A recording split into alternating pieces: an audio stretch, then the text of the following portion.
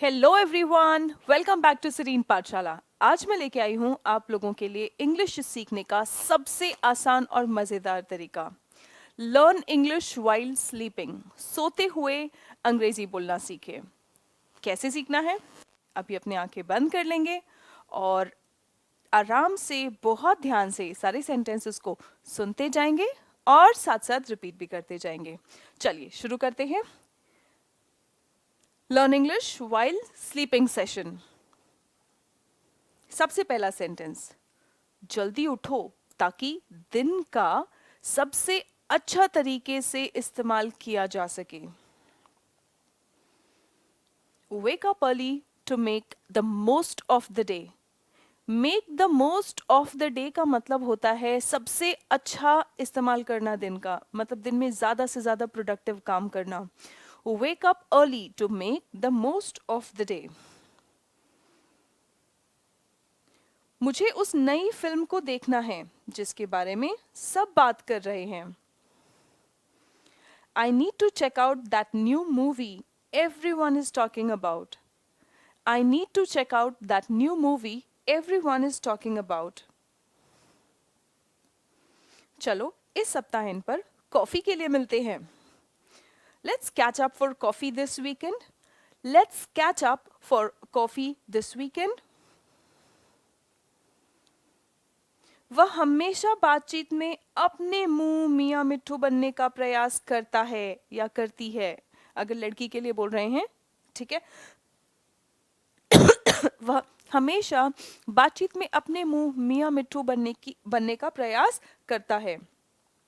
He always tries to bring up his achievements in conversations. Achievements मतलब उपलब्धियां, जो हमेशा बार बार अपने उपलब्धियों के बारे में बात करते हैं। He लड़के के लिए यूज करेंगे, she लड़की के लिए। He always tries to bring up his achievements in conversations. लड़की के बारे में बात करेंगे तो हम कहेंगे she always tries to bring up her achievements in conversations. मुझे इस समस्या का हल निकालना है। I need to figure out how to solve this problem. I need to figure out मतलब पता करना। I need to figure out how to solve this problem.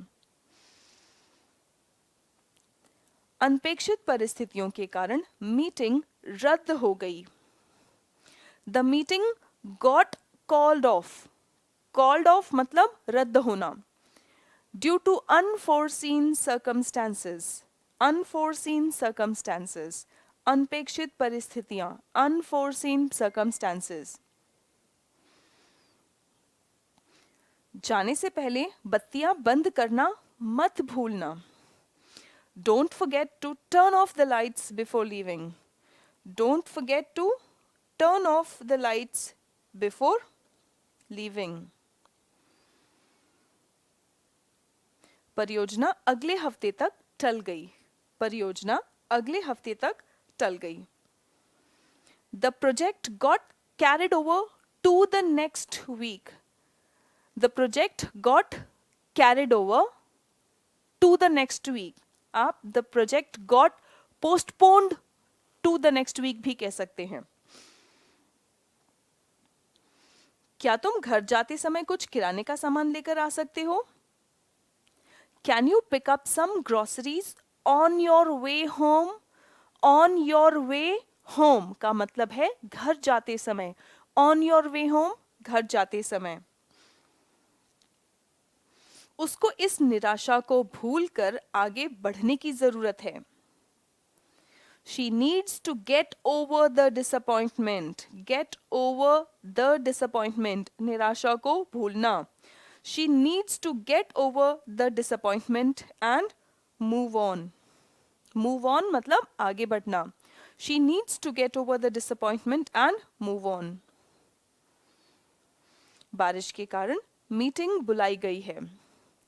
The meeting was called on account of heavy rain. On account of heavy rain.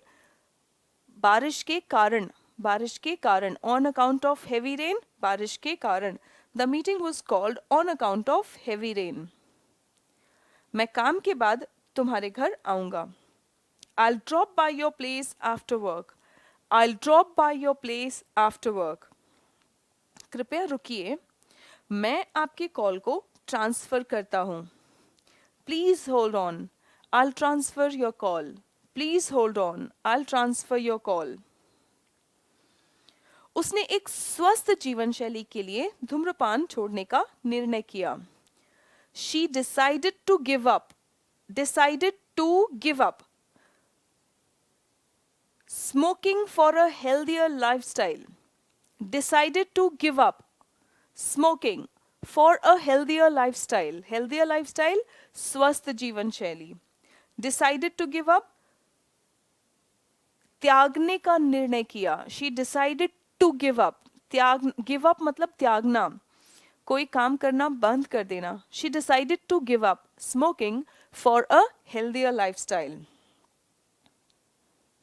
क्या आप meeting कल तक टाल सकते हैं?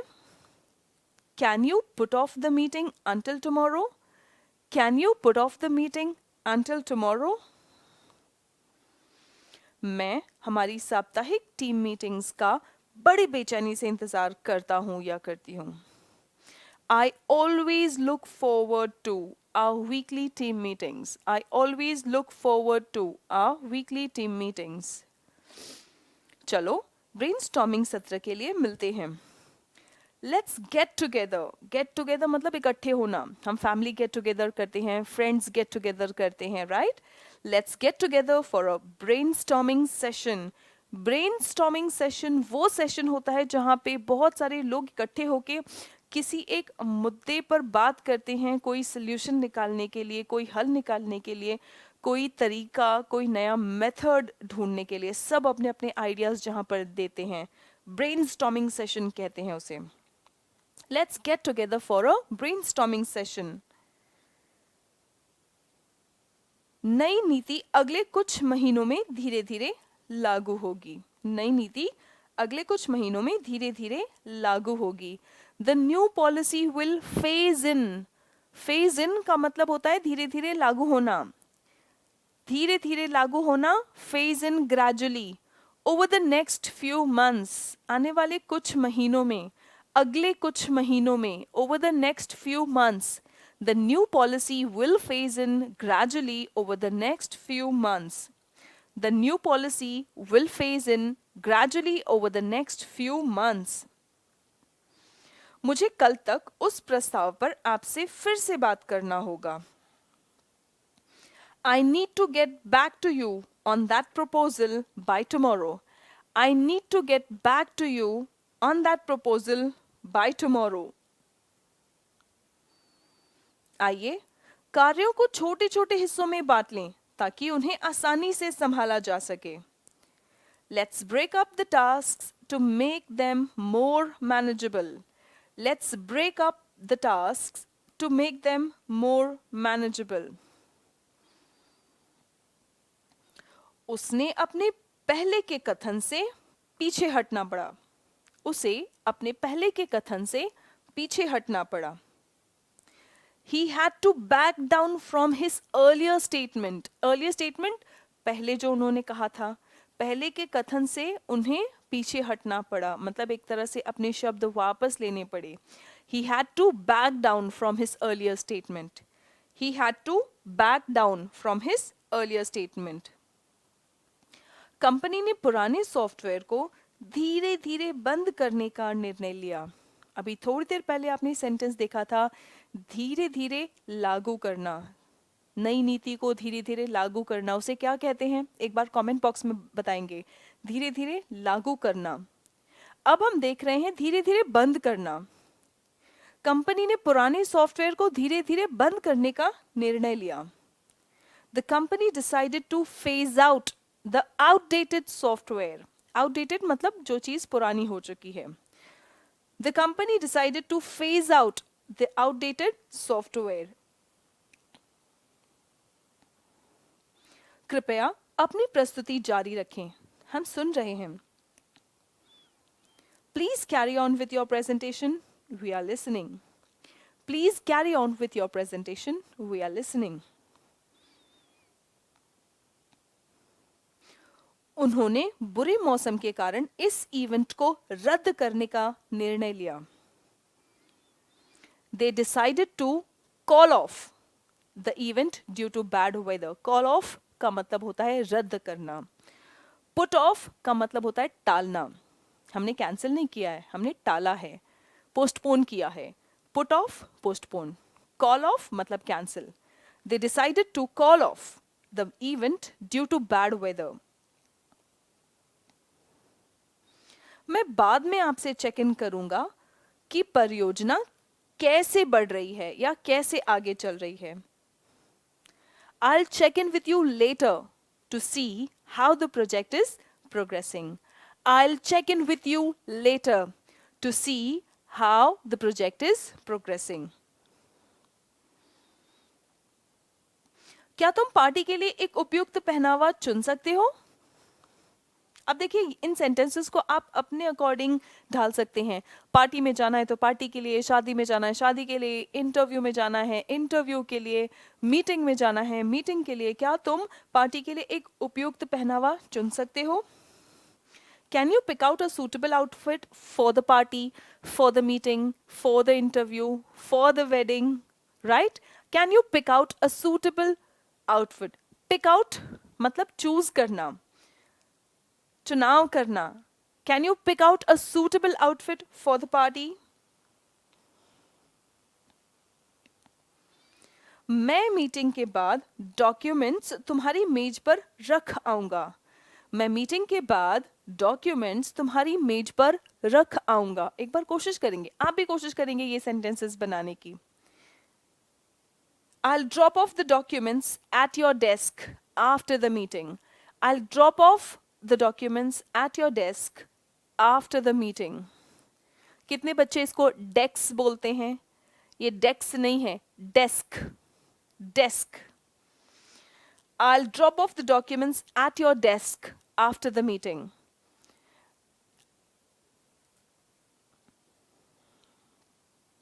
मुझे परियोजना के विवरण पर तुमसे बातचीत करनी है. I need to go over the details of the project with you. I need to go over the details of the project with you. आगामी परिवर्तनों पर चर्चा करने के लिए एक मीटिंग सेटअप करें. Let's set up a meeting to discuss the upcoming changes. आगामी परिवर्तन, upcoming changes. टीम को डेडलाइन पूरी करने के लिए एक साथ मिलकर काम करना होगा. The team needs to pull together to meet the deadline. Meet the deadline, deadline पूरी करना. The team needs to pull together मतलब टीम को मिलकर काम करना होगा डेडलाइन पूरी करने के लिए. हम कॉन्फ्रेंस कॉल से पहले कार्यसूची एक बार देखेंगे. We'll run through the agenda. कार्यसूची मतलब हमें क्या क्या काम करना है. We'll run through the agenda before the conference call. अब यहाँ पे run through क्यों कहा गया है? Because conference call के पहले जल्दी जल्दी एक बार फटाफट देख लेंगे कि हमें आज कॉन्फ्रेंस पे क्या क्या बात करना है. We'll run through the agenda before the conference call.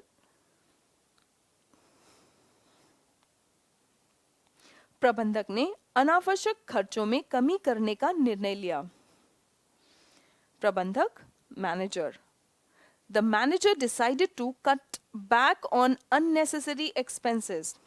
The manager decided to cut back on कम करना, unnecessary expenses, अनावश्यक खर्चे. Unnecessary expenses, अनावश्यक खर्चे.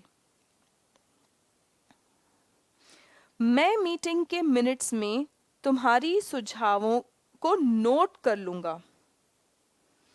I'll put down your suggestions in the meeting minutes. I'll put down your suggestions in the meeting minutes.